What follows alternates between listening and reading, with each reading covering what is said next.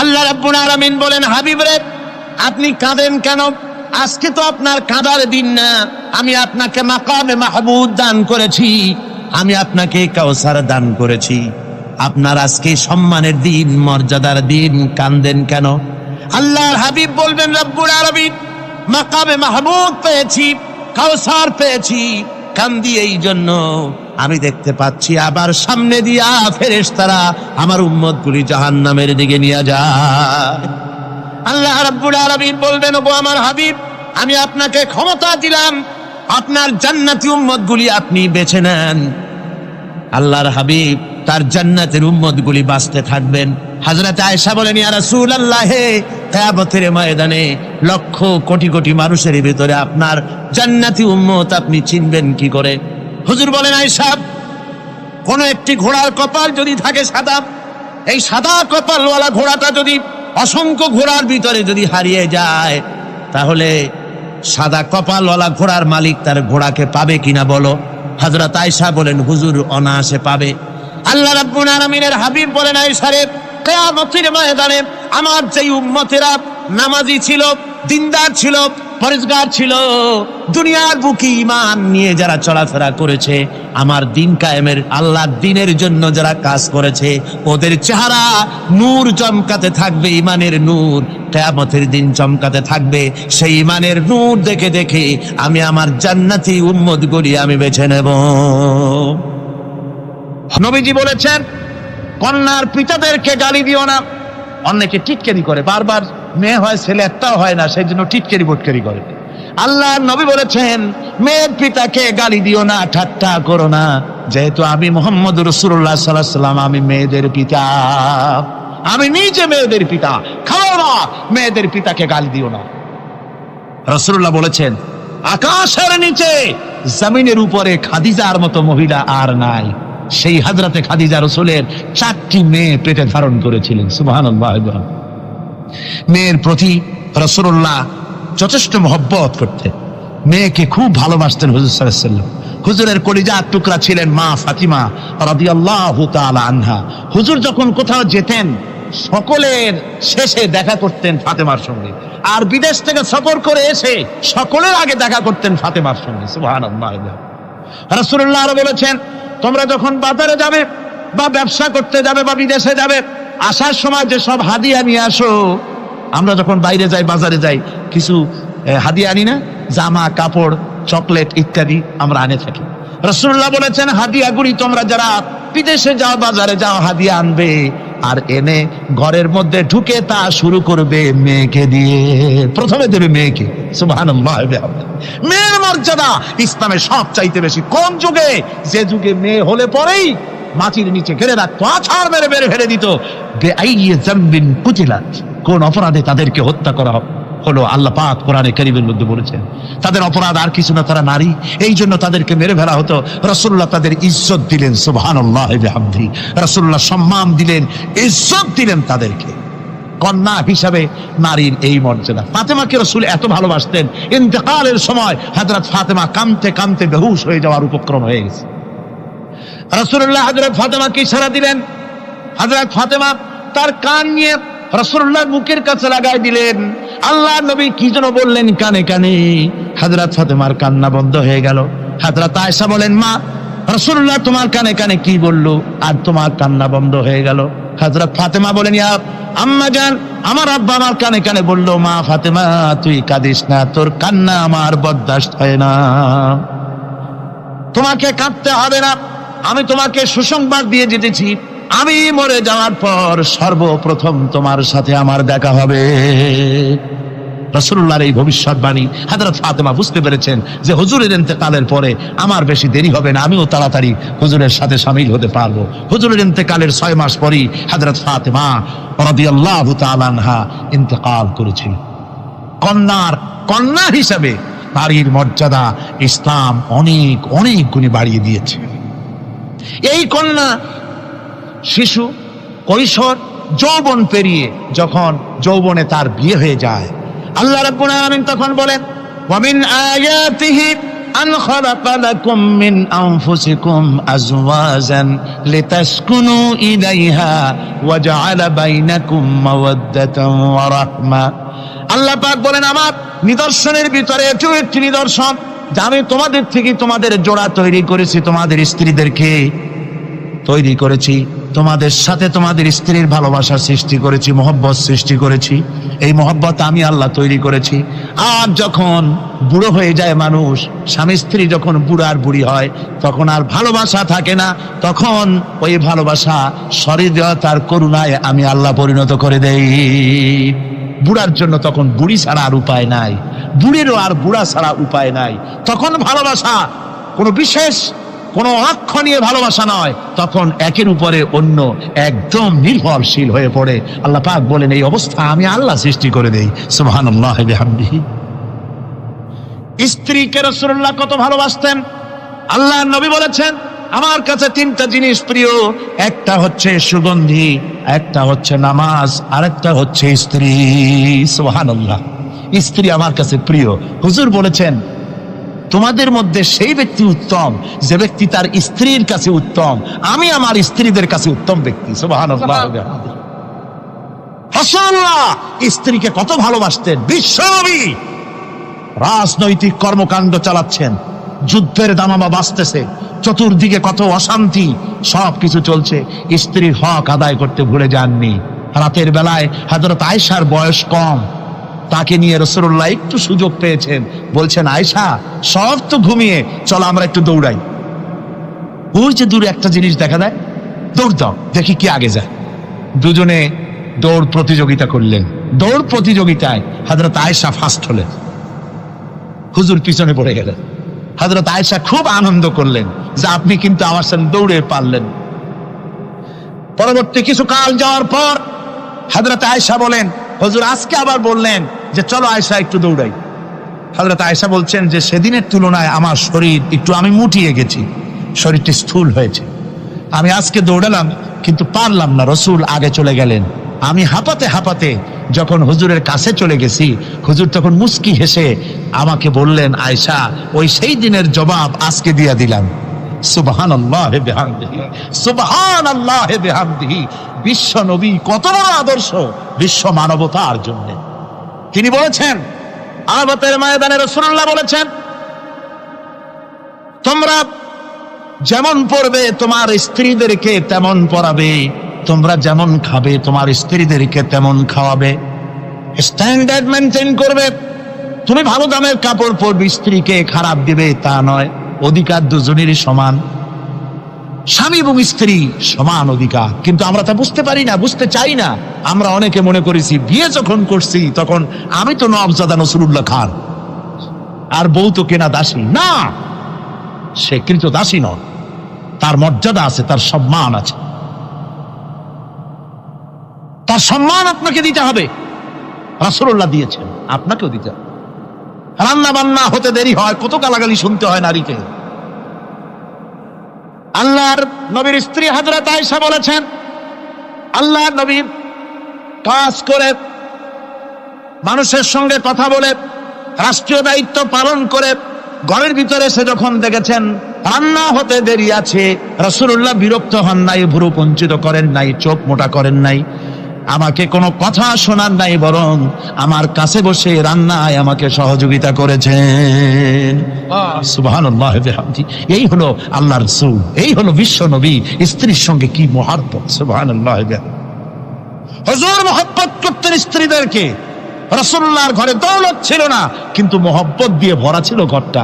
হুজুরের ঘরে ফ্রিজ নাই, এসি নাই, হুজুরের ঘরে কার্পেট নাই, হুজুরের ঘরের মধ্যে জাজিম নাই, তোশক নাই, বড় বড় কম্বল নাই, আরামের কোনো জিনিস নাই, মডার্ন ইকুইপমেন্টস কিচ্ছু নাই, দৌলত নাই, কিন্তু মহব্বত দিয়ে ঘরটা ভরা। হযরত আয়েশা বলেছেন আমি পানি পান করে গ্লাস রেখে দিতাম, আল্লাহর নবী তখন গ্লাসের সেই জায়গায় ঠোঁট লাগাতেন যেখানে আমি ঠোঁট লাগাইয়া পানি পান করেছি। আমি গোশত চিবোতাম, রাসূলুল্লাহ আমার হাত থেকে গোশত টুকরা নিয়া সেই জায়গায় চিবোতেন যেখানে আমি চিবয়েছি। সুবহানাল্লাহ। আমার ভাইরা, রাসূল তার স্ত্রীদেরকে মহব্বত করতেন, স্ত্রীরা রসুলকে মহব্বত করতেন দারুণ ভাবে। একবার হযরত আয়েশা সিদ্দিকা রাদিয়াল্লাহু তাআলা আনহা হুজুরকে গোসল করাতে ছিলেন, মাথার উপরে পানি ঢালতেছেন, হুজুর একটা চৌকির উপরে বা একটা তক্তার উপরে বসে আছেন। গোসলের পানির ভিতরে রাসূলুল্লাহ দেখতে পেলেন রক্তের মতো কি যেন প্রবাহিত হয়ে যাচ্ছে। হুজুর জিজ্ঞেস করেন, আয়েশা রে, পানির ভিতরে রক্তের মতো কি দেখা যায়? হযরত আয়েশা বলেন, হুজুর আপনি যখন বসেছিলেন অসতর্ক মুহূর্তে তক্তার নিচে আমার একটা আঙ্গুল পড়েছিল, পায়ের আঙ্গুলটা ফেটে বোধহয় রক্ত বেরোতেছে। রাসূলুল্লাহ তাড়াতাড়ি করে উঠলেন আর ওই আঙ্গুলকে ব্যান্ডেজ করে দিলেন। রাসূলুল্লাহ বললেন, আয়েশা রে, আঙ্গুল ফেটে গেছে, একটু আহাহু পর্যন্ত করলে না, এতক্ষণ তুমি কষ্ট করলে কেন? হযরত আয়েশা বলেন, ইয়া রাসূলুল্লাহ, ওটা তো একটা পায়ের আঙ্গুল। আয়েশার কলিজাটা ফেটে যদি রক্ত বেরোতো রাসূলুল্লাহকে উঠতে বলতে আমি পারতাম না। কি মহব্বত রাসূলের সাথে। হযরত আয়েশা বলেন, হুজুর সাল্লাল্লাহু আলাইহি ওয়াসাল্লাম স্ত্রীদেরকে এত ভালোবাসতেন, আমাদের ঘরে গোশত টোস্ত তেমন রান্না বান্না খুব কম হতো।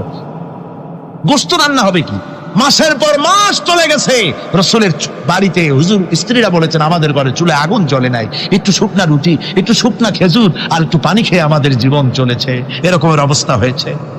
তারপরে এই অবস্থা চলেছে, এর মধ্যে যদি কখনো একটু গোশত আসছে, হুজুর যখন ছাগল টাগল ইত্যাদি ছাগল দুম্বা জবাও করেছেন, এই দুম্বার গোশত নিয়ে ছাগলের গোশত নিয়ে রাসূলুল্লাহ নিজে বেরোতেন। হযরত খাদিজার বান্ধবী কোথায় আছে খুঁজে ওই বান্ধবীর কাছে গোশত পৌঁছে দিয়ে আসতে। হযরত আয়েশা বলেন, একদিন আমার ঘুম ভেঙে গেল, দেখি হুজুর আমার কাছে নাই, গেলেন কোথায়? খুঁজতে খুঁজতে যায় দেখি মসজিদে নববীর ভিতরে হুজুর হাত তুলে বসে আছেন, মোনাজাত করতেছেন। আমি পেছনে গিয়ে হাত তুললাম, আমি শুনতে পাচ্ছি নবীজি দোয়া করছেন, রব্বুল আলামিন কিয়ামতের ময়দানে যেদিন সন্তান তার পিতাকে ভুলে যাবে, মা তার সন্তানকে হারায় ফেলবে, ওই কঠিন হাসরের ময়দানে আমি যেন আমার খাদিজাকে হারাইয়া না যাই। মুনাজাতের শেষে হযরত আয়েশা বলেন, ইয়া রাসূলুল্লাহ, খাদিজার কথা আপনার এত কেন বারবার মনে পড়ে? একটা বুড়িরে বিয়ে করেছিলেন 25 বছর বয়সের সময়, 40 বছর বুড়ি, তার কথা কেন এত মহব্বত আপনার মনে পড়ে? তার থেকে যুবতী মেয়ে, সুন্দরী মেয়েকে আপনার স্ত্রী হিসেবে আপনি পান নাই। হুজুর বলেন, আয়েশা রে, খাদিজার সম্পর্কে এমন কথা তুমি আর বলো না, তোমরা সবাই আমার সুখের দিনের স্ত্রী, আর খাদিজা আমার এমন সময় স্ত্রী ছিল যখন মক্কায় আমার আশ্রয় ছিল না, তামাম মক্কা নগরীতে আমার আশ্রয় ছিল না। খাদিজার সঞ্চিত সমস্ত ধনরাশি ইসলাম কবুল করার পর দুহাতে খাদিজা বিতরণ করে দিয়েছে। হযরত আয়েশা বলেন, হুজুর আমার গোস্তাকি মাফ করে দেন, আমি আর এরকম বলবো না, তবে খাদিজা সম্পর্কে আমার কিছু একটু শুনান। হুজুর বলেন, আয়েশা রে শোনো, গভীর রাত যত রাত হোক না কেন ইসলামের দাওয়াত দিয়ে দিয়ে গভীর রাত্রে আমি যখন বাসায় ফিরেছি, ঘরে এসেছি, দরজায় একটা মাত্র ডাক দিয়েছি, খাদিজা, অমনি দরজা খুলে গেছে। আমি জিজ্ঞেস করেছি, খাদিজা রে, যত রাত্রে আসলাম, যতবার আসলাম, একটা ডাকের বেশি লাগলো না, তুমি কি ঘুমাও না? হযরতে খাদিজা বলেছেন, ইয়া রাসূলুল্লাহ, আমার মনের ভিতরে ভয় থাকে, আল্লাহর রাসূল দ্বীনের খেদমতে বাইরে আছেন, আমি যদি আরামে বিছানায় ঘুমায় থাকি আর নবীজি দরজার কাছে দাঁড়ায় আমারে ডাকাডাকি করবেন, উঠতে যদি দেরি হয়ে যায় নবীজির সঙ্গে বেয়াদবি হয়ে যাবে, এই মনে করে আপনি না আসা পর্যন্ত দরজার সাথে পিঠ লাগাই আমি দাঁড়াইয়া দাঁড়াইয়া ঘুমাই। আমার ভাইরা, হযরতে খাদিজার ইজ্জত স্বয়ং আল্লাহ দিয়েছেন। কে দিয়েছেন? হাদিস শরীফে এসেছে, রাসূলুল্লাহ জাবালে নূরে বসা, গারে হেরার ভিতরে বসা, হযরতে জিবরাইল রাসূলুল্লাহর সঙ্গে কথা বলতেছেন। একটু পরে হযরতে জিবরাইল বলেন, ইয়া রাসূলুল্লাহ, আমি আর এখানে বসবো না, আমি এখন চলছি। আমি দেখতে পাচ্ছি খাদিজা আসতেছে আপনার জন্য খাবার নিয়ে। খাদিজা যখন আপনার কাছে পৌঁছে যাবে, আপনি খাদিজাকে শোনায় দিবেন আল্লাহ রাব্বুল আলামিন খাদিজাকে সালাম জানাইছে। সুবহানাল্লাহ। রাসূলুল্লাহর কাছে হযরতে খাদিজা যখন আসলেন, হুজুর বললেন, খাদিজা, আজকে তোমার জন্য দারুণ সুখবর। বলে কি? বলে আল্লাহ পাক জিবরাইল কেমন উঠে গেল আমার কাছ থেকে, জিবরাইল বলে গেল আল্লাহ তোমাকে সালাম বলেছেন। হযরত খাদিজা কেঁদে ফেললেন, বললেন, ইয়া রাসূলুল্লাহ, আমার নারী জন্ম সার্থক, আল্লাহ আমাকে সালাম বলেছে, এর জবাব কেমনে দিতে হয় হুজুর আমি তো জানি না, আপনি আমার পক্ষ থেকে আল্লাহর সালাম কিভাবে দেওয়া লাগে আপনি দিয়ে দিন, আমি তো বুঝি না কেমনে আল্লাহর সালামের জবাব দেব। হুজুর বললেন, খাদিজা, শুধু আল্লাহ নয়, জিবরাইলও তোমাকে সালাম বলে গেছে। হযরতে খাদিজা বললেন, হযরত জিবরাইলকে আমার সালামের জবাবটা ওয়ালাইকুম আসসালাম বলেন। হযরত খাদিজার এই মর্যাদা ছিল। আমার ভাইরা, রাসূল পাক সাল্লাল্লাহু আলাইহি ওয়াসাল্লাম এভাবে মহব্বত করেছেন স্ত্রীদেরকে। সুতরাং স্বামী স্ত্রীর মহব্বত আল্লাহ জান্নাতি নিয়ামত। কি নিয়ামত? যে ঘরের মধ্যে স্বামী স্ত্রীর মধ্যে মিল মহব্বত আছে এটা বেহেশতের মতো, আর যেখানে মিল মহব্বত নাই এটা জাহান্নামের মতো। ঠিক কি? সুতরাং মহব্বত করুন, বেশি বেশি স্যাক্রিফাইস করুন, বেশি বেশি স্যাক্রিফাইস করুন। নারীদের ব্যাপারে বলা হয়েছে, পুরুষকে বলা হয়েছে অধিকার আদায় করো, সব ব্যাপারে সমান অধিকার। কিন্তু নারীকে একটা ব্যাপারে বলা হয়েছে, নারী শোনো, পুরুষের মর্যাদা তোমার চাইতে আল্লাহ রাব্বুল আলামিন বেশি দিয়েছেন। আর রিজালু কাওয়ামুনা আলান নিসা, নারীদের উপরে পুরুষের প্রাধান্য আল্লাহ পাক দান করেছেন। একদিন একজন সাহাবী বলেছিলেন, ইয়া রাসূলুল্লাহ, জংলি উট দেখলাম আপনার পায়ের উপরে সেজদায় পড়ে গেল, আপনি যদি আমাদেরকে অনুমতি দিতেন না আপনাকে আমরা সেজদা করতাম। আল্লাহ নবী বললেন, মানুষ মানুষকে সেজদা করা এ পারমিশন যদি আমি দিতাম তাহলে দুনিয়ার সমস্ত স্ত্রীদেরকে বলতাম তারা যেন তাদের স্বামীকে সেজদা দেয়। স্বামীর মর্যাদা এখানে বেশি। সুতরাং অধিকার সমান, কোনো সন্দেহ নাই, কিন্তু স্বামীর একটা আলাদা মর্যাদা আছে, সেই সম্মানও তাকে দিতে হবে। এরপরে এই সমান অধিকারের ভিত্তিতে স্বামী স্ত্রী চলতে থাকে, মাঝখানে আল্লাহ পাক তাদেরকে সন্তান দান করেন। আল্লাহ তাদেরকে, নারীকে লেখাপড়ার অধিকার দিয়েছেন, ইসলাম তাকে লেখাপড়ার অধিকার দিয়েছে, শিক্ষার অধিকার দিয়েছে। হযরত আয়েশা সিদ্দিকা রাদিয়াল্লাহু তাআলা আনহা শিক্ষয়িত্রী ছিলেন, হাফেজা ছিলেন, হাদিসের হাফেজা ছিলেন, কোরআনের হাফেজা ছিলেন, হাজার হাজার সাহাবায়ে কেরামদের তিনি ওস্তাদ ছিলেন। সুবহানাল্লাহ বলেন। নারীদের ব্যাপারে অধিকাংশ মাসালা হযরত আয়েশা সিদ্দিকা রাদিয়াল্লাহু তাআলা আনহার অবদান। সুবহানাল্লাহ। নারী যুদ্ধ করেছে, যুদ্ধের ময়দানে নারীর অধিকার আছে। নারী চাকরি করতে পারবে, নারী ব্যবসা করতে পারবে, নারী লেখাপড়া করতে পারবে, নারী সেনাবাহিনীতে যেতে পারবে, নারী সব করতে পারবে, কিন্তু পর্দার মাধ্যমে। একটা লোক গিয়ে কাঁদতেছিল মুসলমান হওয়ার পরও। হুজুর কয়, কান্দো কেন? কই যে আমার গুনাহ কি মাফ হয়েছে? হুজুর বলেন, হ্যাঁ মাফ হয়ে গেছে, কলেমা পড়ছো, মাফ হয়ে গেছে। কয় যে হুজুর আমি তো মারাত্মক গুনাহ করছি। বলে কি? বলে আমার একটা মেয়ে, সেই মেয়েটাকে নিয়ে আমি, ঘটনা লম্বা, আমি সংক্ষেপে বলতেছি, মেয়েটাকে ফাঁকি দিয়া তারে আমি মারবো, বুঝতে দেই নাই আমার বউরে। বললাম চলো বেড়াইতে যাই, মেয়েটা আমার সাথে সাজাই দিয়েছে, তার মা বেড়াতে নিয়ে যাবো এই কথা মনে করে। মেয়েটা কদ্দূর যায়, আবার আব্বা আব্বা বলে আমার দিকে ফিরে আসে, আবার পিছনে থাকে, আবার আব্বা আব্বা বলে জড়ায় ধরে। এইভাবে করতে করতে যখন নির্জন এলাকায় গেলাম, আমি পাহাড়ের পাশে গর্ত খোঁড়া আরম্ভ করলাম। গর্ত খুঁজি আর মাটি ছিটে এসে আমার দাড়িতে লাগে। বাচ্চা মেয়েটা আমার কাছে এসে দাড়ি দিয়ে ধুল ঝাড়ায় দেয়, কয় আব্বা তোমার দাড়িতে ধুল লাগতেছে, তুমি এই কষ্ট করতেছো কেন? মেয়ে তো বোঝে না যে আমি তার জন্য কবর খুঁজতেছি। কবরটা খোঁড়া হয়ে যাওয়ার পর মেয়েটারে বান্ধা শুরু করলাম। মেয়ে এখন কাঁদতেছে, বাবা আমার বান্ধ কেন? আমি তারে বাঁধা জোরে ওর মধ্যে নিক্ষেপ করে দিলাম। মেয়েটা গর্তের মধ্যে বসে চিৎকার করে বলছে, আব্বা তুমি আমারে বাঁচতে দাও, আমি তোমারে বাপ বলে সমাজে হ্যাঁ করব না, আমি ভিক্ষা করে খাবো, আমারে পাইলো না।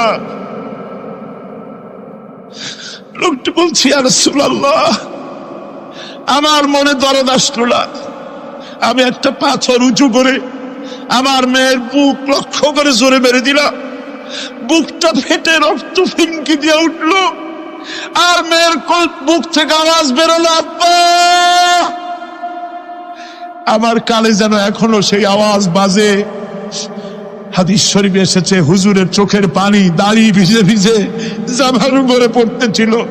হুজুর বললেন, আহারে, মানুষেও পারে এইরকম কাম করতে।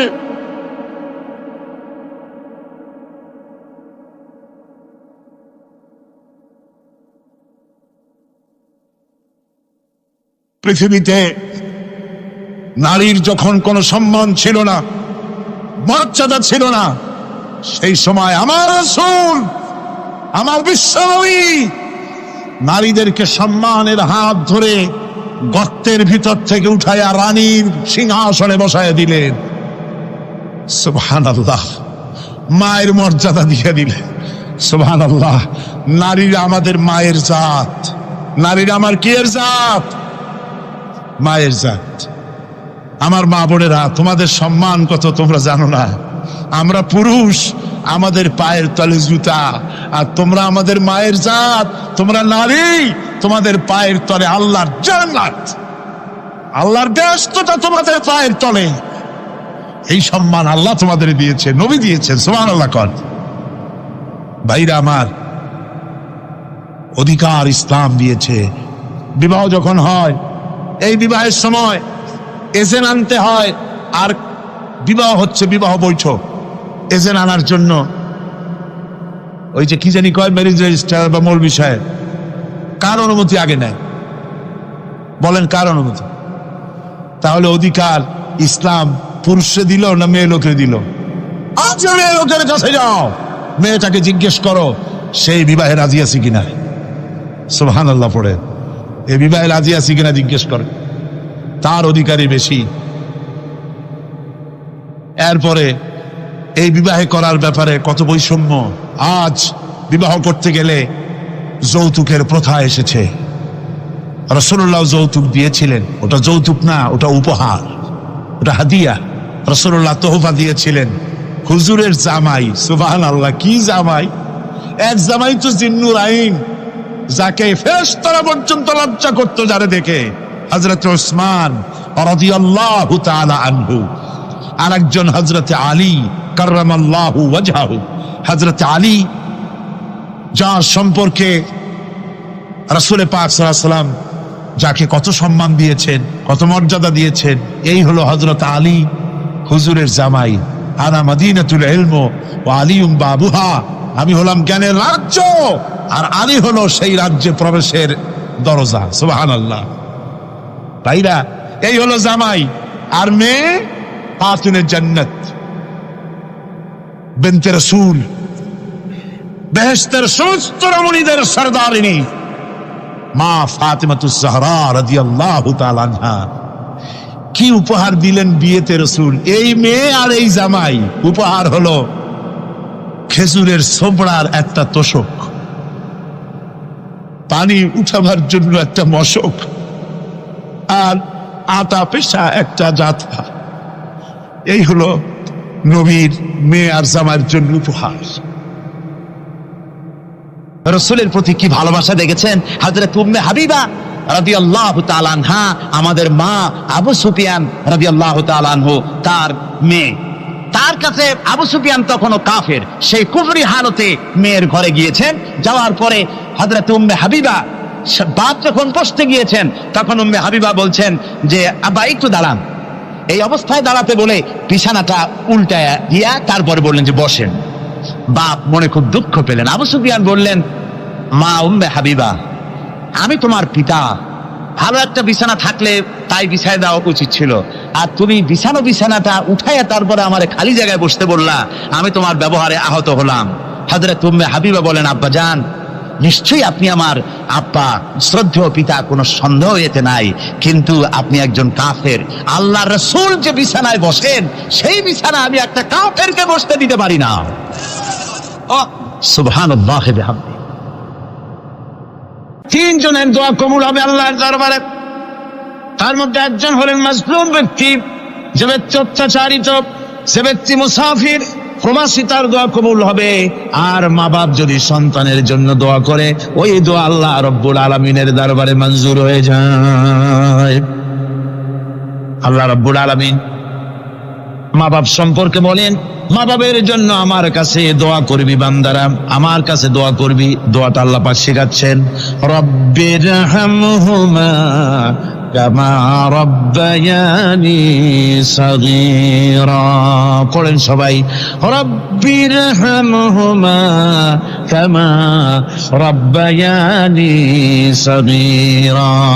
একটু জিকির করেন, লা ইলাহা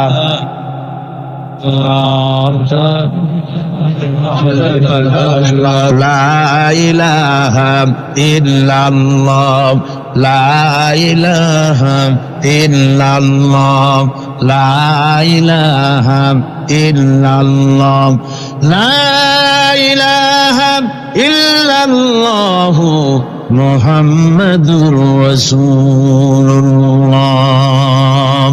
আমার ভাইরা, আল্লাহ পাক শিখাচ্ছেন, বান্দা তোর মা বাপের জন্য আমার কাছে দোয়া কর। আল্লাহ রাব, আয় আমার প্রভু, আমার মা বাপ যেমন ছোটবেলায় আমাকে স্নেহের কোলে লালন পালন করেছে, আয় আমার আল্লাহ তুমি আমার মা বাপকে তোমার রহমতের কোলে লালন পালন করো। আল্লাহ শিখাই দিয়েছেন। আমার ভাইরা, প্রত্যেক নামাজের পরে এই দোয়াটা ভুলে যাবেন না। ভুলে যাবেন? ভুলে যাবেন? আমার ভাইরা, আমার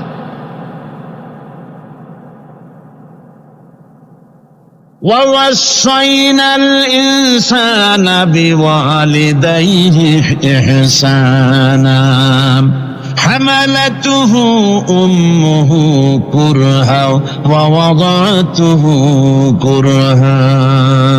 আল্লাহ পাক বলেন, আমি পৃথিবীর সমস্ত মানব মণ্ডলীকে উপদেশ দিয়েছি, মা বাপকে সম্মান করো, শ্রদ্ধা করো, তাদের উপকার করো। তার কারণ হলো তোমার মা তোমাকে গর্ভে ধারণ করেছে অত্যন্ত কষ্টের সাথে।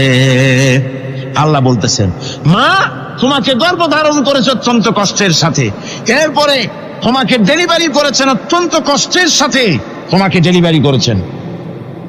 গভীর রাত্রে মানুষ সব ঘুমায় যায়, গর্ভবতী মা ঘুমাতে পারে না, সন্তান পেটের ভিতরে হাঁটু দিয়া গুঁতা মেরেছে, পা দিয়া লাথি মেরেছে।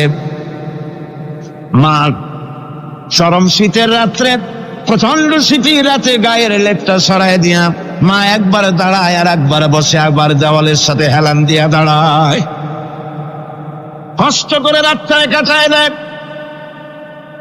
আবার সারাদিন সংসারের জন্য কাজ করেছেন, রান্না বান্না করেছেন, মা সকলকে খাওয়াইয়া মা শেষের দিকে খেতে গেছেন।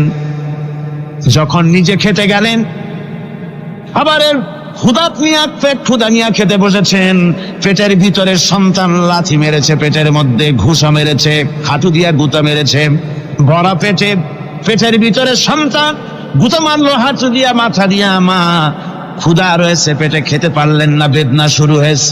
খাবারের থালাটা ঠেলে দিয়ে মা দাঁড়ালেন, বসলেন, চোখের পানি ফেললেন। এভাবে করে মা একটা দুইটা দিন নয়, 10টি মাস পর্যন্ত সন্তানটাকে পেটের মধ্যে নিয়ে, একটা জীবিত মানুষ আর একটা জীবিত সন্তান পেটের মধ্যে নিয়ে নড়াচড়া করছেন, চলাফেরা করছেন। কিতাবের মধ্যে এসেছে, রাতের বেলায় মা যে ঘুমাতে পারেন না সন্তানের নড়াচড়ার কারণে, রাতভর ইবাদত করলে যত সওয়াব পাওয়া যেত, আল্লাহ ওই সওয়াব মায়ের আমলনামায় লিখে দেন। সন্তান পেটে থাকার কারণে খেতে পারে না, পেট ভরে ক্ষুধায় কষ্ট পায় মা, এই জন্যে 10 মাস ধরে রোজা রাখলে যে সওয়াব হতো, আল্লাহ রাব্বুল আলামিন মায়ের আমলনামায় রোজার সওয়াব লিখে দেন। 10 মাস পরে গেল, সন্তান ডেলিভারির সময় চলে এলো। মায়ের মন বিমর্ষ, সন্তান ডেলিভারি হবে, না জানি মরে যাই নাকি, না জানি অপারেশন লাগে নাকি, কি অবস্থা হবে। মা খেতে পারে না, মুখটা শুকায়া যায়। ডেলিভারির সময় যখন আসে, মা বাবার কাছ থেকে বিদায় নিয়ে যায়, স্বামীকে একান্তে গোপনে ডেকে নিয়ে বলে, প্রাণের স্বামী, দীর্ঘদিন একসঙ্গে ঘর কন্যা করেছি, অপরাধ হয়ে যেতে পারে, আমারে মাফ করে দিও। আমার মনে হয় এবার আমি আর বাঁচবো না। সংসার থাকলো, চাবি থাকলো, সব বুঝে নাও, আমারে মাফ করে দিও। মা চলে গেল সতিকা গৃহে, ক্লিনিকে চলে গেল, অপারেশন থিয়েটারে চলে গেল, অথবা ডেলিভারির জায়গায় চলে গেল। ডেলিভারি পেইন শুরু হয়ে গেল, বেদনা শুরু হয়ে গেল। এক একটা বেদনা যেন মায়ের এক একটা মৃত্যু যন্ত্রণা শুরু হয়ে যায়। এমন যন্ত্রণা, প্রসব বেদনা দুনিয়ার ভুক্তভোগী মা ছাড়া আর কেউ জানে না। এই চরম বেদনার ভেতর দিয়ে, চরম কষ্টের ভিতরে মা যখন একটা বাচ্চা প্রসব করলো, জিহাদের ময়দানের মতো মা রক্তাক্ত হয়ে গেলেন, সন্তান দুনিয়ায় এলো। মা তখন অস্থির থাকেন। এত বড় বিরাট কষ্টের ভিতরে আল্লাহ রাব্বুল আলামিন বলেন, সন্তান যখন ডেলিভারি হয়ে গেল, মায়ের মনের ভিতরে আমি তখন এই ফিলিংস, এই টেন্ডেন্সি জাগ্রত করে দিই, দেখ কি হয়েছে। মা তখন দেখতে চায় কি হয়েছে। মায়ের সামনে যখন এত কষ্টের, হৃদয় বিংড়ানো, কলিজার 32টি নারী ছেঁড়া যন্ত্রণার সন্তান যখন মায়ের চোখের সামনে আসে, আল্লাহ পাক বলেন, মা যখন তার ছেলের মুখের দিকে তাকায়, মেয়ের মুখের দিকে তাকায়, আল্লাহ বলেন 10 মাসের পেটে ধরা কষ্ট আর ডেলিভারির সব কষ্ট মায়ের মন থেকে মুছে ফেলে দেই। আল্লাহ রাব্বুল আলামিন বলেন, খবরদার দুনিয়ার মানুষ, এমন মায়ের সাথে নাফরমানি করবি না, এ মায়ের সাথে নাফরমানি করবি না, মাকে সম্মান করবি, মার কাছে দোয়া চাবি। দুনিয়ায় যদি সম্মান চাও, রিসেক্ট চাও, মায়ের পায়ে ধরে কাঁদো। মায়ের জাতি অনেক সম্মান তার। রাসূল করিম সাল্লাল্লাহু আলাইহি সাল্লামকে প্রশ্ন করা হয়েছে, হুজুর খেদমত করবো কার? হুজুর কয় মায়ের। তারপরে কার? হুজুর কয় মায়ের। তারপরে কার? হুজুর বলেন মায়ের। তারপরে কার? তোমার পিতার। 3 গুণ তোর ভাইয়ের মর্যাদা 3 গুণ বেশি, তোর বাবার চাইতে মর্যাদা বেশি। সুবহানাল্লাহ পড়ে। আর আজকে ইসলামের শত্রুরা তারা বলে যে ইসলাম নারীর অধিকার আদায় করে নাই। নারীর অধিকার ইসলাম দেয় নাই তো কে দিয়েছে? আমার বন্ধুগণ, বিশ্বনবী জনাবে মুহাম্মদ রাসূলুল্লাহ সাল্লাল্লাহু আলাইহি ওয়াসাল্লাম মসজিদে নববীর ভিতরে বসে আছেন। এক বৃদ্ধা মহিলা মসজিদের মধ্যে প্রবেশ করলেন। হুজুর বৃদ্ধাকে দেখে দাঁড়ায় গেলেন, বিশ্বনবী বুড়ি মেয়ে লোককে দেখে দাঁড়ায় গেলেন। আল্লাহর নবী বুড়িকে দেখে দাঁড়ালেন। বুড়ি যখন কাছে এলেন, আল্লাহর নবী নিজের গায়ের চাদর বুড়ির জন্য বিছায়া দিলেন। বুড়ি বসলেন। এরপরে কথাবার্তা সারার পর বুড়ি যখন বিদায় হবেন, হুজুর আবার দাঁড়ালেন। বুড়ি মহিলা চলে গেলেন। সাহাবায়ে কেরাম বলেন, ইয়া রাসূলুল্লাহ, কিছুই বুঝলাম না, একজন বৃদ্ধা মহিলার জন্য বিশ্বনবী দাঁড়ান আর গায়ের চাদর বিছান, আমরা বড় আশ্চর্য হয়ে গেলাম।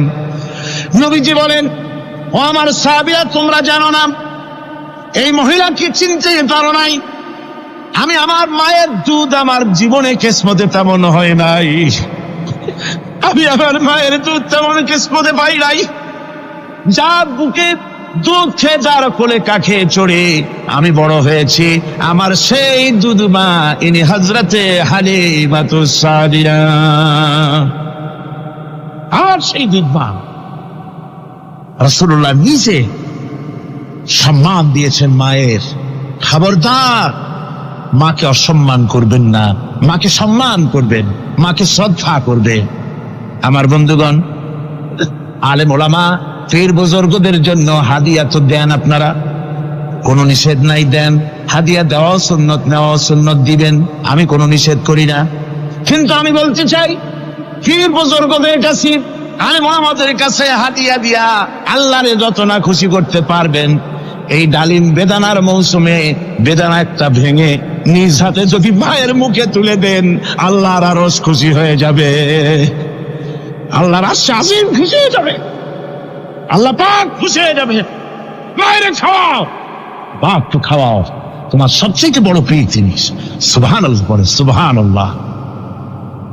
মা বাপ যদি একটু দোয়া করে দেয়, তোমার জিন্দেগির কাম শেষ। একটু বদদোয়া করলে জাহান্নামে যাবা। কোন পীর সাহেব বদদোয়া করলে জাহান্নামে যাবে এমন কথা নয়। কোন মওলানা বদদোয়া করলে দোজখে যাবে এমন কথা নয়। রাসূল বলেছেন, হুমা জান্নাতুকা ওয়া নারুকা। মা বাপ তোমার বেহেশত, মা বাপ তোমার জাহান্নাম। মা বাপ যদি অসন্তুষ্ট হয়, দোজখে যাবি, আর মা বাপ যদি খুশি, আল্লাহর জান্নাতে চলে যাবি। সুবহানাল্লাহ, সুবহানাল্লাহ, সুবহানাল্লাহ। মায়ের পায়ের তলে তোর বেহেশত। আমরা পুরুষ, আমাদের গত বছরও বলেছি, আমরা পুরুষ, আমাদের পায়ের তলে জুতা। আমাদের পায়ের তলে কি? শুধু জুতা। আর আমার মা, আমার মায়ের জাতি যারা এই প্যান্ডেলে বসে আছেন, আমার মায়েরা, বোনেরা, মায়ের জাতি যারা পৃথিবীতে, মায়ের জাতির পায়ের তলে আল্লাহর বেহেশত। সুবহান। নারীর মর্যাদা ইসলাম দেয় নাই, কে দিয়েছে? আল্লাহ দিয়েছেন, আল্লাহর রাসূল দিয়েছেন। আর আমার মা, আমার মায়ের জাতি যারা এই প্যান্ডেলে বসে আছেন, আমার মায়েরা, বোনেরা, মায়ের জাতি যারা পৃথিবীতে, মায়ের জাতির পায়ের তলে আল্লাহর বেহেশত। সুবহান, নারীর মর্যাদা ইসলাম দেয় নাই, কে দিয়েছে? আল্লাহ দিয়েছেন, আল্লাহর রাসূল দিয়েছেন। আমার বন্ধুগণ, হযরত বায়জিদ বুস্তামি, ছোট্ট বাচ্চা ছেলে, গভীর রাত্রে মা অসুস্থ, পানির পিপাসায় জেগে উঠেছেন। বাবারে, পিপাসায় শেষ হয়ে গেলাম, পানি দাও। ছেলে ঘরের ভিতরে পানি না পেয়ে বাইরে দৌড়াদৌড়ি করলেন। অনেক দূর থেকে পানি নিয়ে এসে দেখেন মা ঘুমায় গেছেন। পানি নিয়ে দাঁড়ানো, পৌষ মাস, মাঘ মাসের শীতের রাত, ফজরের সময় মায়ের ঘুম ভেঙে গেল। তাকিয়ে দেখেন বাইজিদ দাঁড়ানো, হাতে পানি থরথর করে কাঁপছে। জিজ্ঞাসা করে, বাইজিদ তুমি দাঁড়ানো কেন? ছোট্ট বাচ্চা বলে, মা পানি চেয়েছিলে তুমি গভীর রাত্রে, পানি ঘরে ছিল না, অনেক দূর থেকে আনতে হয়েছে। মা বলছে, ঘুমাও নাই কেন গ্লাস ছুঁয়া? বাচ্চা বলে, ঘুমাই নাই, তুমি যদি আবার পানি চাও সময় মতো যদি দিতে না পারি মা, তোমার কষ্ট হবে, এই জন্য ফজর পর্যন্ত আমি দাঁড়ায় আছি, কখন তুমি পানি চাও। মা হাতের থেকে পানি নিয়ে পান করলেন। বাইজিদকে বিছানার উপরে আরাম করে কম্বল দিয়ে ঘুম পড়াইয়া দিলেন। হযরত বাইজিদের মা উযু করে ফজরের নামাজ পড়ে সিজদায় চলে গেলেন। চিৎকার মেরে কেঁদে বলেন, আমার রব, আমার আল্লাহ, আমি আমার বাইজিদের মা, আমি মা হয়ে বাইজিদের জন্য দোয়া করি। বাইজিদ আমার জন্য আজকে যা করেছে, আমি মা, আমার কলিজা ঠান্ডা হয়ে গেছে। হায় আল্লাহ, আমি বাইজিদের জন্য দোয়া করি, তুমি তাকে সুলতানুল আরিফিন বানাইয়া দিও। মঞ্জুর হয়ে গেল আল্লাহ পাকের কাছে দোয়া। আমার ভাইরা, আল্লাহ পাক বলছেন, খবরদার, আমার ইবাদতের পরে মা বাপ, আল্লাহর ইবাদতের পরে কারা? মা বাপ। মা বাপকে সম্মান করো, শ্রদ্ধা করো, মোহাব্বত করো, কিসমত খুলে যাবে, কিসমত খুলে যাবে। মা বাপকে সম্মান করো। হযরত আবু হুরায়রা রাদিয়াল্লাহু তাআলা আনহু রাসূলের সামনে এসে কাঁদতেছে। হুজুর বলছেন, আবু হুরায়রা কাঁদো কেন? কাঁদো কেন? রাতের বেলা কাঁদো।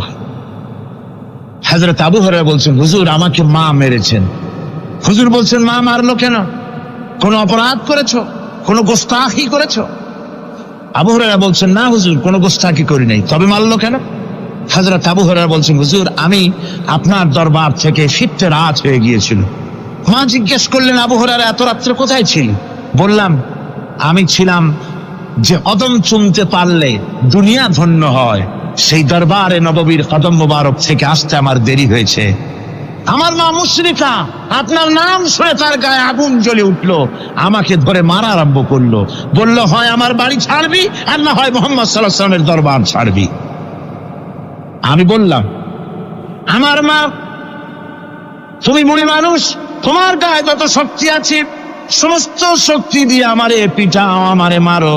মারতে মারতে আমাকে বাড়ি থেকে তুমি বের করে দাও, তোমার বাড়ি শুদ্ধ, তাম দুনিয়া ছেড়ে দিতে পারি, আল্লাহর নবীর কদম মোবারক ছেড়ে দিতে পারি না। হুজুর, আমার মা আমাকে গলা ধাক্কা দিয়ে বের করে দিয়েছেন। হুজুর বলছেন, আবু হুরায়রা, তোমার মা তোমাকে মেরেছে, তুমি আমার কাছে নালিশ করছো?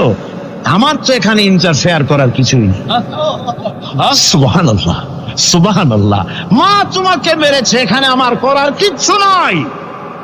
বিশ্বনবী বলছেন, এত বড় পাওয়ারফুল নবী, লেজিসলেটিভ পাওয়ার, সারে আল্লাহ তাকে বানিয়েছেন শরীয়ত প্রণেতা। কোরআন শরীফ, কোরআন শরীফে শুধু হালাল ও হারামের,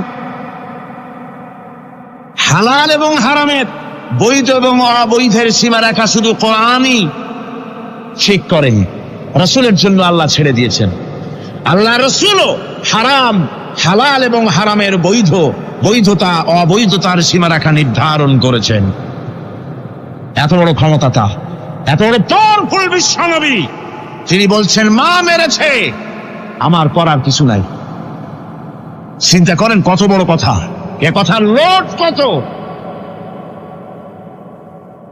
হযরত আবু হুরায়রা বলেন, ইয়া রাসূলুল্লাহ, মা আমাকে মেরেছেন, আমি আল্লাহর নবীর কাছে মায়ের বিরুদ্ধে নালিশ করতে আসি নাই। বললেন, কেন এসেছো? হযরত আবু হুরায়রা বলেন, হুজুর এসেছি একটা কারণে, আমি জানি আল্লাহ নবী যদি আল্লাহর দরবারে হাত উঠায়া কোনো জিনিস বলে, আল্লাহ রাব্বুল আলামিন সঙ্গে সঙ্গে মঞ্জুর করে নেন। হুজুর আমি এসেছি, মেহেরবানি করে দোয়া করুন আমার মাকে যেন আল্লাহ হেদায়েত নসিব করে দেন। আল্লাহ নবী হাত উঁচু করে বললেন, আল্লাহুম্মা হিদি উম্মা আবি হুরায়রা, আয় আল্লাহ আমি দোয়া করি আবু হুরায়রার মাকে তুমি হেদায়েত নসিব করে দাও। রাসূলুল্লাহ দোয়া করছেন আর আবু হুরায়রা সমানে দৌড়াচ্ছেন। তিনি দৌড়াচ্ছেন, পিছন থেকে কয়েকজনে আবু হুরায়রার জামা টেনে ধরেছে, দৌড়। তাদের জানা আবু হুরায়রা খুব ভদ্রলোক মানুষ, কোন ঝড় ঝামেলার মধ্যে থাকে না, লাল সাক করে না, চিৎকার মারে না, দৌড় মারে না, এত ভদ্র শরীর, দৌড়ায় কি? না জানি কোন বিপদ বুঝি ঘটে গেছে। পিছন থেকে জামা টেনে ধরে বলে দৌড়াও কেন? হযরত আবু হুরায়রা জামা সাহাবীর হাত থেকে ছিনায় নিয়ে বলেন, জামা ছেড়ে দাও, আমাকে দৌড়াতে দাও, আমি দৌড়াইয়া বাড়িতে দেখতে চাই। আমি দৌড়াই আগে আমার বাড়ি পৌঁছতে পারলাম না, আমি যাওয়ার আগে আমার আল্লাহর নবীর দোয়া আমার বাড়ি পৌঁছে গেছে, আমি এইটা দেখতে চাই। হযরত আবু হুরায়রা বাড়িতে গিয়ে দরজা নক করলেন, ভেতর থেকে আওয়াজ এলো, কে? হযরত আবু হুরায়রা বলেন, মা আমি তোমার আবু হুরায়রা ফিরে এসেছি। মা বলছেন, বাবা অপেক্ষা করো, দরজা খুলতেছি। হযরত আবু হুরায়রা বলেন, মায়ের গলার আওয়াজের ভিতরে শিরকিয়াতের কর্কশতা পেলাম না, মায়ের গলার আওয়াজের ভিতরে তাওহীদের গন্ধ পেলাম। আমার মনে হলো নবীজির নিক্ষিপ্ত তীর তার নিশানায় পৌঁছে গেছে। কিছুক্ষণ পর মা আমার বেরিয়ে এলেন, মাথা থেকে চুলের থেকে বুড়ি মানুষ, সাদা চুলের ভিতর থেকে পানি পড়তেছে। মা বলল, বাবারে তোমারে মারার পর আমি বড় অনুতপ্ত হয়েছি, অনুশোচনা করেছি, আমি গোসল করেছি, মনে মনে ভাবলাম আমার ছেলে তো কোনো খারাপ জায়গায় যায় নাই, কেন তারে মারলাম? আমি বড় লজ্জায় পড়েছি তোমারে মেরে। ও আমার আবু হুরায়রা, আমি গোসল করেছি, পবিত্র হয়ে গেছি, জলদি করে আমাকে নিয়ে চলো বিশ্ব নবী জনাবে মুহাম্মদুর রাসূলুল্লাহর দরবারে। হযরত আবু হুরায়রার মা ঘোষণা করলেন, আশহাদু আল্লা ইলাহা ইল্লাল্লাহু ওয়াহদাহু লা শারীকা লাহু ওয়া আশহাদু আন্না মুহাম্মাদান আবদুহু ওয়া রাসূলুহু।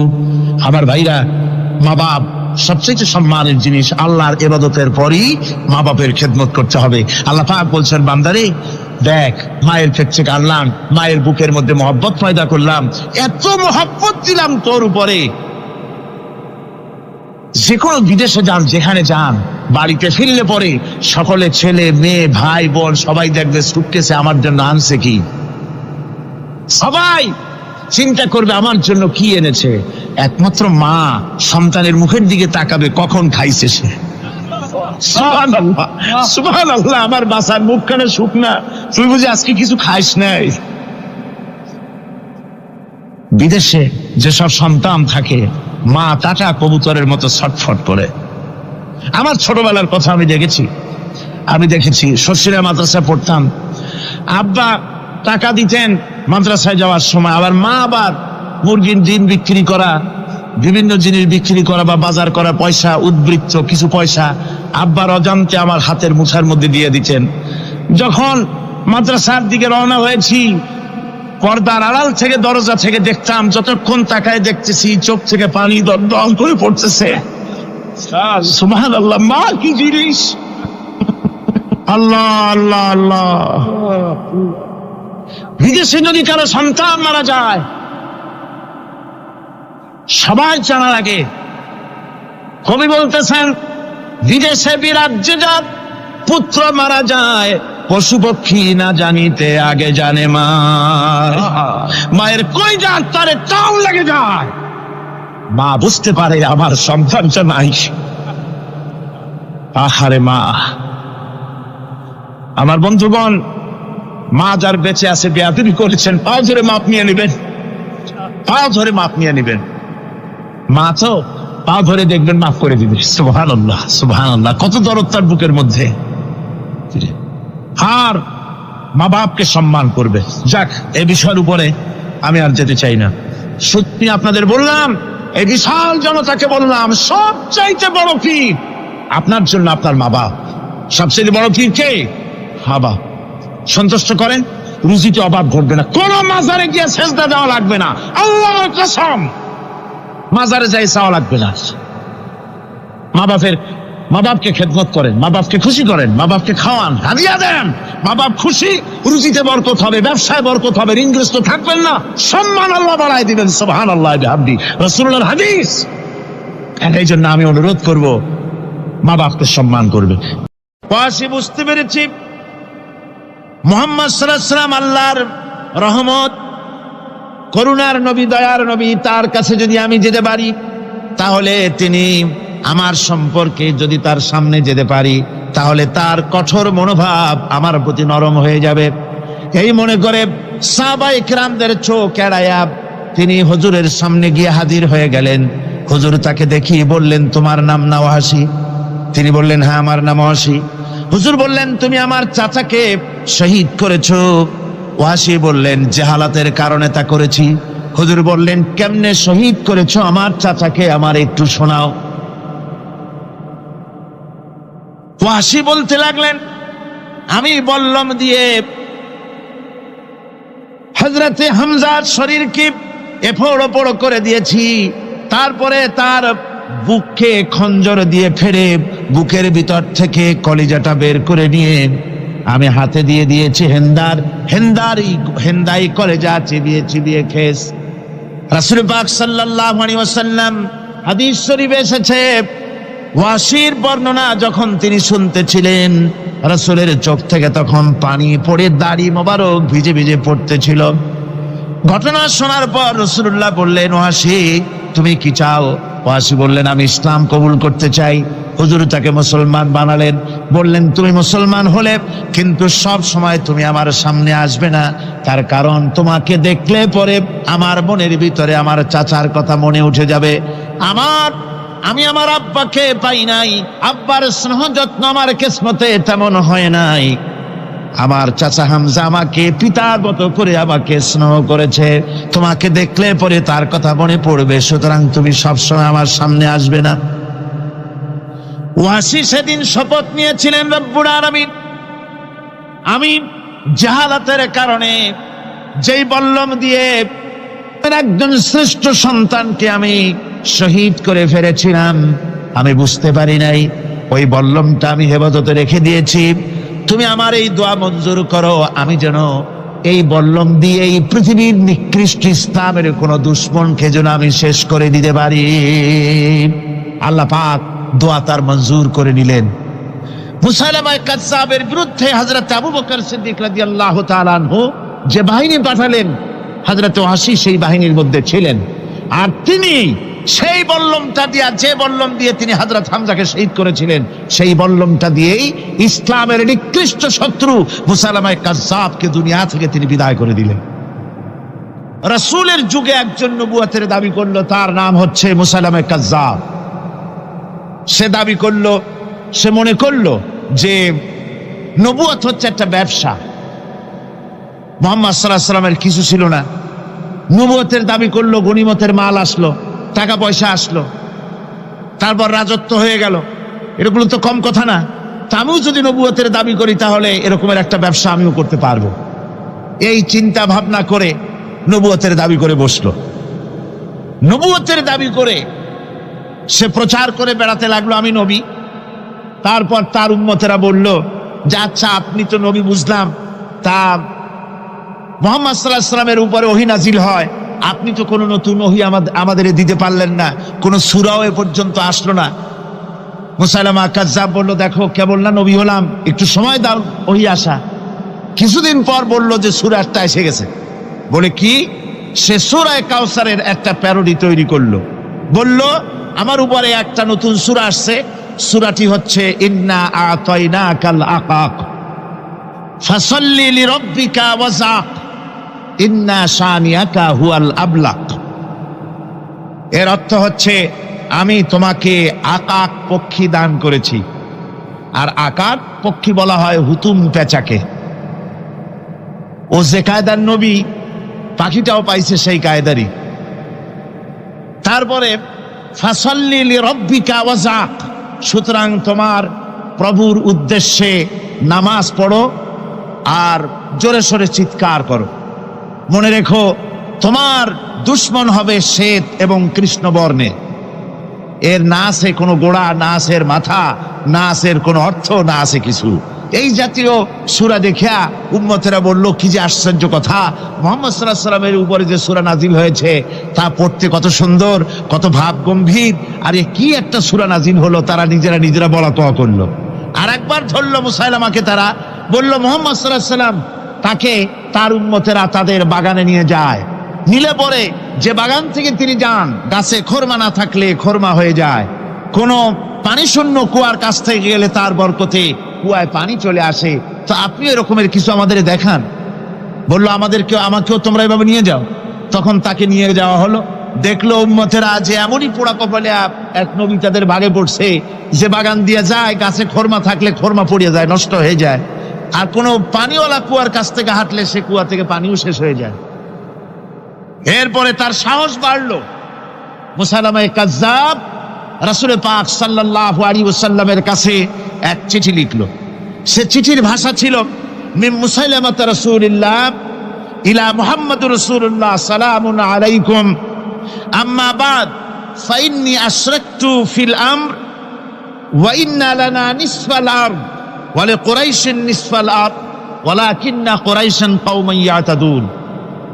সে চিঠি লিখলো যে মুসাইলামা আল্লাহ রসুলের পক্ষ থেকে নাউজুবিল্লাহ মুহাম্মদ সাল্লাল্লাহু আলাইহি সাল্লামের কাছে এই চিঠি পাঠানো হচ্ছে।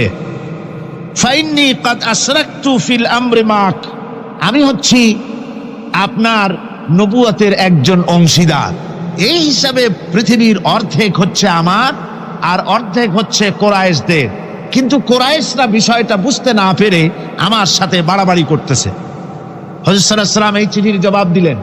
হুজুর লিখলেন, বিসমিল্লাহির রহমানির রহিম মিন মুহাম্মাদুর রাসূলুল্লাহ সাল্লাল্লাহু আলাইহি ওয়াসাল্লাম ইলা মুসাইলামাতিল কাজ্জাব আসসালামু আলা মান ইত্তাবাআল হুদা আম্মা বাদ ফাইন্নাল আরদা লিল্লাহি ইউরিসুহা মিন ইবাদিহি ওয়াল আকিবাতু লিল মুত্তাকিন। রাসূল পাক সাল্লাল্লাহু আলাইহি ওয়াসাল্লাম লিখলেন, এই চিঠি যাচ্ছে মুহাম্মদ সাল্লাল্লাহু আলাইহি ওয়াসাল্লামের কাছ থেকে মুসাইলামা কাজ্জাবের কাছে। শুনে রাখো, শান্তি বর্ষিত হোক তার প্রতি যিনি হেদায়েত প্রাপ্ত। এই পৃথিবীর উত্তরাধিকারী হচ্ছে কেবলমাত্র আল্লাহ পাকের সেই সব বান্দারা যারা নাকি আল্লাহর গোলাম, আল্লাহর একান্ত আল্লাহর আইন এবং কানুনকে মেনে যারা চলে। আর পরকাল হচ্ছে সেই সমস্ত লোকেদের জন্যই। মুসাইলামা কাজ্জাবের মুয়াজ্জিন যারা, তারাও জানতো যে লোকটা মিথ্যেবাদী। তো কিছু মাল পানি পাওয়া যায়, টাকা পয়সা পাওয়া যায়, সাথে থাকলে কিছু খাওয়াটাও যায়, এই জন্য তার সাথে থাকতো। রাসূলুল্লাহর মুয়াজ্জিন আযান দিতেন, আশহাদু আন্না মুহাম্মাদার রাসূলুল্লাহ, আমি সাক্ষ্য দিচ্ছি মুহাম্মদ সাল্লাল্লাহু আলাইহি ওয়াসাল্লাম আল্লাহর রাসূল। আর মুসাইলামার মুয়াজ্জিন যে ছিল, সে আযান দিত, আশহাদু আন্না মুসাইলামাতা ইয়াজামু আন্নাহু রাসূলুল্লাহ। ও বলতো, আযান দিত এই কথা বলে যে আমি সাক্ষ্য দিচ্ছি মুসাইলামা মনে করে যে সে আল্লাহর রাসূল। আমার ভাইরা, এরপরে মুসাইলামা কাজ্জাবের বিরুদ্ধে হযরত আবু বকর সিদ্দিক রাদিয়াল্লাহু তাআলা আনহু 40,000 লোকের একটা বিশাল বাহিনী, সাহাবায়ে কেরামদের এক বিশাল বাহিনী পাঠিয়ে দিলেন মুসাইলামা কাজ্জাবের বিরুদ্ধে লড়াই করার জন্য। এর সিবাসারার ছিলেন হযরত খালিদ বিন ওয়ালিদ। এই জিহাদে যাওয়ার সময় ওয়াহশী রাদিয়াল্লাহু তাআলা আনহু, যিনি হযরত হামজা রাদিয়াল্লাহু তাআলা আনহুর কাতিল ছিলেন। হুজুর সাল্লাল্লাহু আলাইহি ওয়াসাল্লাম ফতহ মক্কার দিনে সকলকে ক্ষমা করে দিয়েছিলেন, কিন্তু 5 জন নারী আর 6 জন পুরুষ সম্পর্কে বলেছিলেন, এদেরকে যেখানে পাও সেখানে হত্যা করো। এর মধ্যে ওয়াহশী একজন। ওয়াহশী বুঝতে পেরেছি মুহাম্মদ সাল্লাল্লাহু আলাইহি ওয়াসাল্লাম আল্লাহর রহমত, করুণার নবী, দয়ার নবী, তার কাছে যদি আমি যেতে পারি তাহলে তিনি আমার সম্পর্কে, যদি তার সামনে যেতে পারি তাহলে তার কঠোর মনোভাব আমার প্রতি নরম হয়ে যাবে। এই মনে করে সাহাবায়ে কেরামদের চোখ এড়ায়া তিনি হুজুরের সামনে গিয়ে হাজির হয়ে গেলেন। হুজুর তাকে দেখিয়ে বললেন, তোমার নাম না ওয়াসি? তিনি বললেন, হ্যাঁ আমার নাম ওয়াসি। হুজুর বললেন, তুমি আমার চাচাকে শহীদ করেছো? ওয়াসি বললেন, জাহালাতের কারণে তা করেছি। হুজুর বললেন, কেমনে শহীদ করেছো আমার চাচাকে, আমার একটু শোনাও। ওয়াসি বলতে লাগলেন, আমি বল্লম দিয়ে হযরতে হামজার শরীরকে এফোড় ওপড় করে দিয়েছি, তারপরে তার বুককে খঞ্জর দিয়ে ফেরে বুকের ভিতর থেকে কলিজাটা বের করে নিয়ে আমি হাতে দিয়ে দিয়েছি হেন্দাই কলেজা চিবিয়ে চিবিয়ে খেস। রাসূল পাক সাল্লাল্লাহু আলাইহি ওয়াসাল্লাম হাদিস শরীফে এসেছে, ওয়াসির বর্ণনা যখন তিনি শুনতেছিলেন, রাসূলের চোখ থেকে তখন পানি পড়ে দাড়ি মোবারক ভিজে ভিজে পড়তেছিল। ঘটনা শোনার পর রাসূলুল্লাহ বললেন, ওয়াসি তুমি কি চাও? ওয়াসি বললেন, আমি ইসলাম কবুল করতে চাই।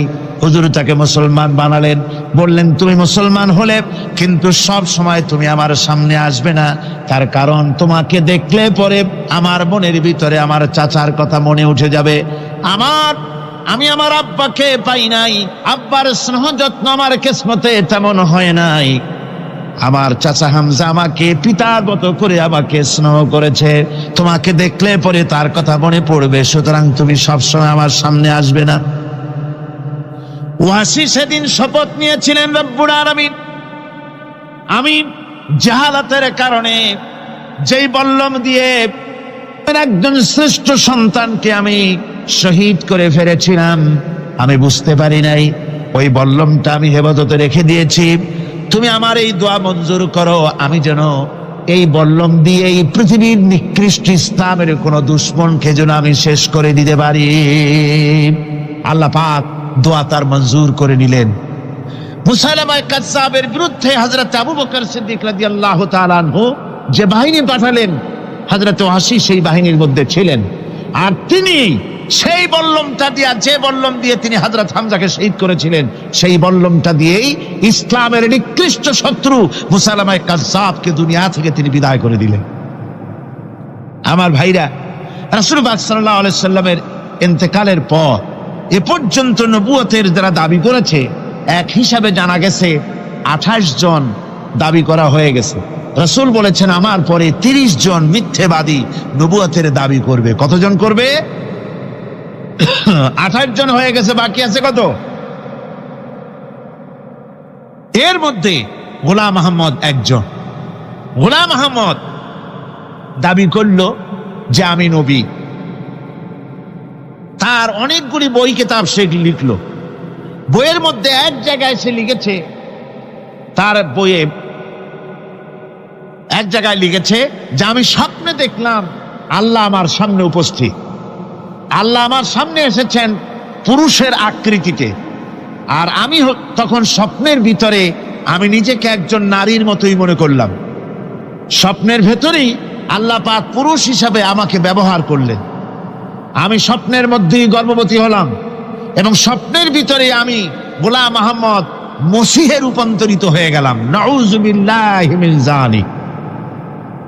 গোলাম আহমদ বলছে, আল্লাহ পাক ওহীর মাধ্যমে আমাকে জানিয়েছেন, আল্লাহ আমাকে বলেছেন, গোলাম আহমদ তুমি হচ্ছ আমার সন্তান তুল্য। নাউযুবিল্লাহি মিন যালিক। এইভাবে অসংখ্য মিথ্যে কথা দিয়ে বইপত্র রচনা করেছে। লোকেরা তার কাছে নবুয়তের প্রমাণ চেয়েছে। আসলে শরীয়তের বিধান হচ্ছে, হুজুরের পরে যদি কেউ নবুয়তের দাবি করে, তাহলে তাকে সে নবী কিনা এর কোনো প্রমাণ তার কাছে চাওয়াও জায়েজ নাই। যেহেতু প্রমাণ চাইতে গেলে বোঝা যায়, সন্দেহ হয়, কিছুটা প্রমাণ দিতে পারলে তাহলে সে নবী হবে। কথা বুঝতে পেরেছেন? এই জন্য রাসূলের পরে যদি কেউ নবুয়তের দাবি করে, তাহলে তার কাছে নবুয়তের দাবির কোনো প্রমাণও চাওয়া যাইবে না। বিনা প্রমাণে রাসূলের পরে নবুয়তের দাবি যেই করবে সে কি হবে? জোরে বলেন, কি হবে? কাফের হয়ে যাবে। দুনিয়ার সমস্ত উলামা, সমস্ত মুহাদ্দিস, সমস্ত মুফাসসির, দুনিয়ার সমস্ত মুফতি সব একমত, কোনো দ্বিমত নাই, গোলাম আহমদ কাদিয়ানী কাফের, তার অনুসারীরাও তার জামানায় মাওলানা আতাউল্লাহ শাহ বুখারী রহমতুল্লাহ আলাইহি তার সঙ্গে একটা বহস হলো। যেহেতু গোলাম মোহাম্মদ বলেছিল যে আমার এই 40 দিনের মধ্যে কেউ প্রতিবাদ করুক যেগুলি আমার ওহী নয়। হযরতে মাওলানা আতাউল্লাহ শাহ বুখারী রহমতুল্লাহ আলাইহি সেই যুগের একজন শ্রেষ্ঠ আলিম, তিনি বললেন, আমি তোমার কাছে কোনো প্রমাণ চাই না তুমি নবী কিনা, আমি জানি তুমি মিথ্যেবাদী, তবে তোমাকে বলতে হবে তুমি এই শক্তি কোথায় পেলে। গোলাম মোহাম্মদ বলল, কোরআন শরীফেই আছে আমার এই শক্তির উৎস। কোথায়? বলল যে এই যে আয়াতটা আমি আপনাদের সামনে তেলাওয়াত করেছি, ঈসা আলাইহিস সালামের ওই কথাই গোলাম মোহাম্মদ বলল যে হযরত ঈসা আমার সম্পর্কে বলেছেন, ইয়াতি মিন বাদি ইসমুহু আহমদ, আমার পরে একজন নবী আসবেন, রাসূল আসবেন, তার নাম হবে আহমদ, আমি সেই আহমদ। মাওলানা আতাউল্লাহ বুখারী বলছেন, তোমার নাম তো আহমদ না, তোমার নাম হচ্ছে গোলাম আহমদ। তার অর্থ হলো হযরত ঈসা আলাইহিস সালাম যে আহমদের কথা বলেছেন, তুমি সেই আহমদের গোলাম। গোলাম আহমদ বললেন, দেখুন আমার নামের প্রথম শব্দ গোলাম, এটা হচ্ছে আমার লকব, আমি আমার নামের লকবটা ছেড়ে দিলাম, বাদ দিয়ে দিলাম, আর ব্যবহার করব না, তাহলে তো আমি আহমদ থাকি, আপনি তো আর আপত্তি করতে পারেন না। মাওলানা বুখারী বললেন, নামের প্রথম শব্দ বাদ দেওয়া যদি জায়েজ হয়, তাহলে তোমার ফতোয়া দিয়ে আমার নামের প্রথম শব্দ বাদ দিয়া দিলাম। আমার নাম আতা আল্লাহ, নামের প্রথম শব্দ আতা বাদ দিয়া দিলাম। তো আতা যদি বাদ দেই তাহলে আল্লাহ হই, আর আল্লাহ হয়ে বলছি তোমার মতো গাধাকে নবুয়াত আমি দেই নাই। এরপর এই পৃথিবীর নিকৃষ্ট পাপী এই কাফেরের মৌত হলো কোথায়? জোরে বলেন, এই কাফেরের মৌত হলো কোথায়? পায়খানার ভেতরে মৌত হয়েছে। আমার বন্ধুগণ, সুতরাং বাংলাদেশে যত কাদিয়ানি আছে, সমস্ত কাদিয়ানিরা কাফের। সমস্ত কাদিয়ানিরা কি?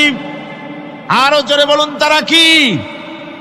কাদিয়ানিরা মুসলমানদের গোরস্থানে, তাদের মানুষ মারা গেলে মুসলমানদের গোরস্থানে তা দাফন করে না, মুসলমানদের জানাজায় তারা কোনোদিন আসে না, মুসলমানদের কোনো মসজিদে তারা নামাজ পড়তে যায় না, তারা আলাদাভাবে মসজিদ তৈরি করে মসজিদের নামে। গোলাম মোহাম্মদ কাদিয়ানির অনুসারীরা যে মসজিদ করে, ওগুলি মসজিদ নয়, এগুলি মসজিদে জেরাত। এগুলি কি? মসজিদে জেরাত। এগুলি কখনোই মসজিদের সম্মান পেতে পারে না।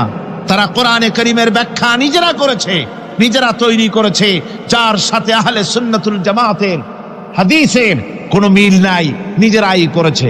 সুতরাং এই কাদিয়ানীদেরকে সৌদি আরবিয়া সহ মধ্যপ্রাচ্যের 18টি দেশ এবং পাকিস্তান সরকারও নন মুসলিম মাইনরিটি হিসাবে ঘোষণা করেছে।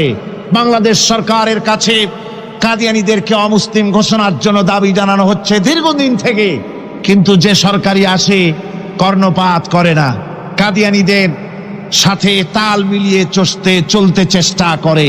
আর এই তাল মিলিয়ে চলার অর্থই হলো মুনাফিকি। এই তাল মিলিয়ে চলার অর্থ কি? মুনাফিকি। বাংলাদেশের সব আলেম, সব উলামা ঐক্যবদ্ধভাবে দাবি করেছে কাদিয়ানীদেরকে অমুসলিম ঘোষণা করার জন্য, কিন্তু আজ পর্যন্ত তা করা হয়নি। আজকের মাহফিল থেকেও, এই বিশাল জনসমুদ্র, আমরা কোরআনে কারীমের তাফসীরের মাহফিল থেকে দাবি জানাই সরকারের কাছে কাদিয়ানীদেরকে অমুসলিম সংখ্যালঘু হিসাবে ঘোষণা করা হোক। এ প্রস্তাবে দাবি কি আপনাদেরও? হাত উঁচু করে দেখান। রব্বানা যালামনা আনফুসানা ওয়া ইন লাম তাগফির লানা ওয়া তারহামনা লানাকুনান্না মিনাল খাসিরিন। ربنا لا تزغ قلوبنا بعد إذ هديتنا وهب لنا من لدنك رحمة إنك أنت الوهاب। আয় আল্লাহ তাআলা, হাজার হাজার মুসলমান নরনারী ঠান্ডাকে উপেক্ষা করে তোমার দ্বীনের কথা শোনার জন্য, কোরআনে কারীমের কথা শোনার জন্য এই মাঠে এসে হাজির হয়েছে। আল্লাহ, তুমি দয়া করে মেহেরবানি করে আলোচনার সওয়াবটুকুন হুজুরে পুর নূর সাল্লাল্লাহু আলাইহি ওয়াসাল্লামের রূহ মোবারকে পৌঁছে দাও। রব্বুল আলামিন, আমাদের মধ্য থেকে যাদের মা বাপ দুনিয়া থেকে জনমের মতো বিদায় হয়ে গেছে, আল্লাহ কবরে যদি আযাব থাকে দয়া করে আযাব মাফ করে দাও। আল্লাহ আমাদের মা বাপের উপরে তোমার রহমত নাজিল করো। রব্বিরহামহুমা কামা রব্বায়ানি সগীরা, রব্বিরহামহুমা কামা রব্বায়ানি সগীরা। হে আল্লাহ রাব্বুল আলামিন, এই মাহফিলে যত লোক আছি আমরা, কার কোন ব্যাধি আছে, রোগ আছে, আমরা তুমি ভালো করে জানো। আমাদের প্রত্যেকের ব্যাধিকে তুমি শিফায়ে আজলা দান করে দাও। اللهم حبب إلينا الإيمان وزينه في قلوبنا وكره إلينا الكفر والفسوق والعصيان واجعلنا من الراشدين. ربنا تقبل منا إنك أنت السميع العليم وتب علينا إنك أنت التواب الرحيم. سبحان ربك رب العزة عما يصفون وسلام على المرسلين الحمد لله رب العالمين. واجعل آخر كلمتنا عند الموت لا إله إلا الله محمد رسول الله.